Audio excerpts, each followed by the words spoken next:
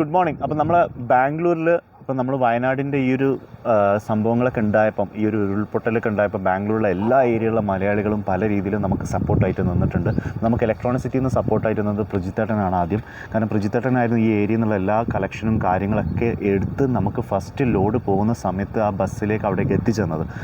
പ്രജിത്തേട്ടാ, പിന്നെ ഇപ്പം എങ്ങനെയുണ്ട് ബാംഗ്ലൂരത്തെ മലയാളി അല്ലെങ്കിൽ ബാംഗ്ലൂരത്തെ ആളുകൾ എല്ലാവരും ഇതിനെ സപ്പോർട്ട് ചെയ്തു? തീർച്ചയായിട്ടും മലയാളികൾ മാത്രമല്ല, ഒത്തിരി നോർത്ത് ഇന്ത്യൻസും അതുപോലെ കന്നഡിഗാസൊക്കെ എനിക്ക് കോൾ ചെയ്യുന്നു. ഓക്കെ. അതുപോലെ ഇപ്പം ഇന്നും നാളെ ആയിട്ട്, കാരണം എല്ലാവരും വർക്കിംഗ് ആണല്ലോ, വീക്കെൻഡ്സ് ആണ്, അവരൊക്കെ സാറ്റർഡേ സൺഡേ ടൈം തരണമെന്ന് പറയുന്നു. അപ്പോൾ ഇന്നും അതുപോലെ നാളെയൊക്കെ ആയിട്ട് ഒത്തിരി കളക്ഷൻ ഉണ്ട്. ഇപ്പോൾ ഓൾറെഡി 2-3 കാർ സാധനങ്ങൾ ഞാൻ വീട്ടിൽ കൊണ്ടുവച്ചിട്ടുണ്ട്. എന്താണ് കൂടുതലായിട്ട് വന്ന സാധനങ്ങൾ? കൂടുതൽ വന്നത് ഡ്രസ്സ് ഐറ്റംസ്, കിഡ്സിന്റെ ഡ്രസ്സ് വന്നിട്ടുണ്ട്, പിന്നെ മാക്സി, ലുങ്കി അങ്ങനെയുള്ള സാധനം വന്നിട്ടുണ്ട്, ബെഡ്ഷീറ്റ്, പായകൾ, സ്റ്റീൽ പാത്രങ്ങൾ വന്നിട്ടുണ്ട്. പിന്നെ ഫുഡ് ഐറ്റം കുറച്ച് ബിസ്ക്കറ്റ്സും അങ്ങനെയുള്ള സാധനങ്ങൾ വരുന്നുണ്ട്. പക്ഷേ ഇനിയും നമുക്ക് റിക്വയർമെൻറ്റ്സ് ഉണ്ട്.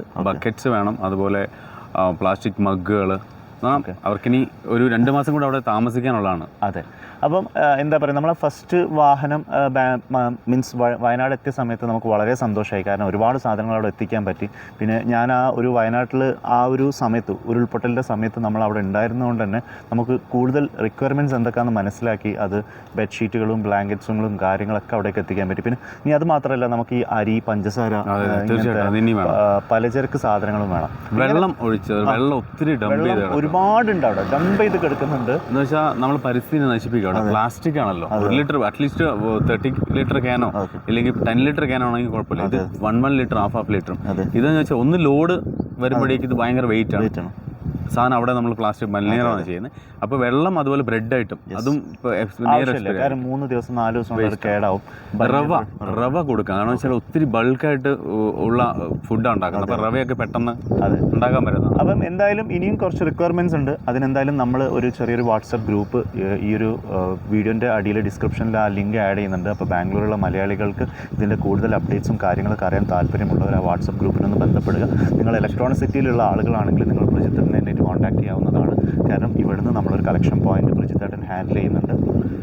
എനിക്ക് ഇലക്ട്രോണിസിറ്റി മാത്രമല്ല, വേണമെങ്കിൽ ബൊമ്മസന്ദ്ര വരെ പിടിക്കാം. ബൊമ്മസന്ദ്ര, ഇലക്ട്രോണിസിറ്റി, ഓസ റോഡ്, ബൊമ്മനഹള്ളി ആണെങ്കിലും കുഴപ്പമില്ല. അതിൻ്റെ അപ്പുറത്തെ മടിവാള പിന്നെ ഒരു പോയിന്റ് ടീമുണ്ട്. ഇങ്ങനെ ഷർജാപൂരിന്റെ ഒരു ഹർലൂർ ഭാഗം വരെ ഞാൻ ചെയ്തോളാം. അപ്പം ഇത്രയും കാര്യങ്ങൾ നമുക്ക് പ്രജിത്തേട്ടൻ, കാരണം പ്രജിത്തേട്ടൻ എന്ന് പറഞ്ഞിട്ടുണ്ടെങ്കിൽ വളരെ സപ്പോർട്ടീവ് ആയിട്ടുള്ള ഒരാളാണ്. കാരണം ഇത് ആദ്യം തന്നെ കേട്ട ആടും തന്നെ നമുക്ക് ഇങ്ങനെ ഒരു പോയിന്റ് ഇലക്ട്രോണിസിറ്റിയിൽ നിന്ന് ഒരുപാട് ആൾക്കാർ വിളിക്കുന്നുണ്ട്. റാസിൽ നമുക്ക് എല്ലാവർക്കും വേഗം ഇവിടെ ഒരു പോയിന്റ് ഇടണം എന്ന് പറഞ്ഞ് നമുക്കിവിടെ കറക്റ്റായിട്ട് കാര്യങ്ങൾ ചെയ്ത് അതിന് ഒരാളുടെ മീൻസ് ഞാൻ പറയുകയാണെങ്കിൽ നിങ്ങൾ ഒറ്റയ്ക്കാണ്. അതെ. അപ്പോൾ ഇദ്ദേഹത്തിന് ആരും സപ്പോർട്ടും ഇല്ല. അപ്പോൾ ഇലക്ട്രോണിസിറ്റിയിലുള്ള മലയാളികൾ ഉണ്ടെങ്കിൽ ഒന്ന് സപ്പോർട്ടും കൂടി കൊടുക്കുക. കാരണം ഓരോരോ വണ്ടിയിൽ ഇങ്ങനെ എടുക്കുകയാണ് ഫുള്ളായിട്ട്. അപ്പോൾ അതിനൊന്ന് കറക്റ്റായിട്ട് സെറ്റ് ചെയ്ത് ഇദ്ദേഹത്തിൻ്റെ കൂടെ ഒന്ന് സപ്പോർട്ട് ചെയ്യാൻ എല്ലാവരും ഒന്ന് നിന്ന് കൊടുക്കുക. ഇലക്ട്രോണിസിറ്റിയിലുള്ള മലയാളികളോടാണ് ഞാൻ പറഞ്ഞു തരുന്നത്.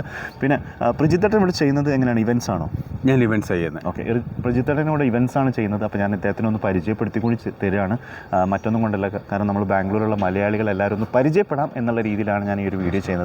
അപ്പം ഇവൻറ്റ്സ് എന്ന് പറയുമ്പോൾ കംപ്ലീറ്റ് ആയിട്ടുള്ള നമ്മൾ വെഡിങ് തൊട്ട് ലൈവ് ആയിട്ടുള്ള ഇവൻറ്റ്സ് വരെ ചെയ്യുന്നുണ്ട്. കോളേജ് ആയാലും അങ്ങനെയല്ല. എന്തായാലും ഒരുവിധ കോളേജ് ആയിരിക്കും, അല്ലെങ്കിൽ ഇവിടെയുള്ള ഒരുവിധ ആൾക്കാർക്കും പ്രജിത്തേട്ടൻ അറിയാം. എത്ര വർഷം? 21 വർഷമായി ഇവിടെ പ്രജിത്തേട്ടൻ. അപ്പം ഒരുവിധം കോളേജിൻ്റെ ഒക്കെ പ്രോഗ്രാംസിൽ നമ്മൾ പ്രജിത്തേട്ടനെ കണ്ടിട്ടുണ്ട്. അങ്ങനെയാണ് ഞാനും പ്രജിത്തേട്ടനെ പരിചയപ്പെട്ടത്. അപ്പം എന്തായാലും നമ്മുടെ ബാംഗ്ലൂരിലുള്ള മലയാളികളുടെ മാത്രമല്ല, ബാംഗ്ലൂരിലുള്ള എല്ലാവരുടെയും സപ്പോർട്ട് നമുക്ക് കിട്ടുന്നുണ്ട്. അതേപോലെ തന്നെ എല്ലാവരും സപ്പോർട്ട് ചെയ്യാൻ റെഡിയാണ്. പക്ഷേ അതിനനുസരിച്ചുള്ള അപ്ഡേറ്റ്സ് എല്ലാവരിലേക്ക് കിട്ടുന്നില്ല എന്നുള്ളതാണ് ഒരു പ്രശ്നം. അതുകൊണ്ട് തന്നെ നമ്മളൊരു വാട്സപ്പ് ഗ്രൂപ്പ് ഉണ്ടാക്കിയിട്ടുണ്ട്. അതിൻ്റെ ലിങ്ക് ഞാൻ ഡിസ്ക്രിപ്ഷനിൽ കൊടുക്കുന്നുണ്ട്. നിങ്ങൾക്ക് അതിൽ ജോയിൻ ചെയ്യാം. അപ്പം ഈ ഒരു കുറച്ച് സമയങ്ങളിൽ നമ്മളെല്ലാവരും ഒത്തൊരുമിച്ചുകൊണ്ട് ഒരേപോലെ വേറൊരു എന്താ പറയുക, ഒരു അഡ്വർടൈസ്മെൻറ്റ് മൈൻഡ് അല്ലാത്ത രീതിയിൽ നമ്മൾ ഇതിന് വേണ്ടിയിട്ട് മുന്നിട്ട് നിന്നുകൊണ്ട് കാര്യങ്ങൾ ചെയ്യാൻ എല്ലാവരും ശ്രമിക്കുക. ഞാനും സത്യം പറഞ്ഞാൽ ഞാൻ 2-3 ദിവസം വയനാട്ടിൽ തന്നെ ആയിരുന്നു. ഇന്നാണ് രാവിലെ ഇവിടെ ബാംഗ്ലൂർ എത്തിയത്. അപ്പോൾ അതുകൊണ്ട് തന്നെയാണ് ഇപ്പം തന്നെ എന്തൊക്കെ ചെയ്യാൻ പറ്റുമോ അടുത്ത കാര്യങ്ങൾ കൂടി ചെയ്യുന്നത്. കാരണം നമ്മൾ വളരെ കൺഫ്യൂസ്ഡ് ആണ്, എങ്ങനെ എത്തിക്കണം, എന്തൊക്കെ എത്തിക്കണം. അവിടുത്തെ അവസ്ഥ കണ്ടാൽ നമുക്ക് എന്ത് ചെയ്യണം എന്നുള്ള അറിയില്ല. ചെയ്താലും അത് മതിയാവില്ല, ഒന്നും മതിയാവില്ല. കാരണം ഒരുപാട് ആൾക്കാർ ചെയ്യാൻ റെഡിയുണ്ട്. നമ്മളെ കൊണ്ട് കഴിയുന്ന രീതിയിലുള്ള ചെറിയ സഹായങ്ങൾ നമ്മൾ ചെയ്യാൻ ശ്രമിക്കുക.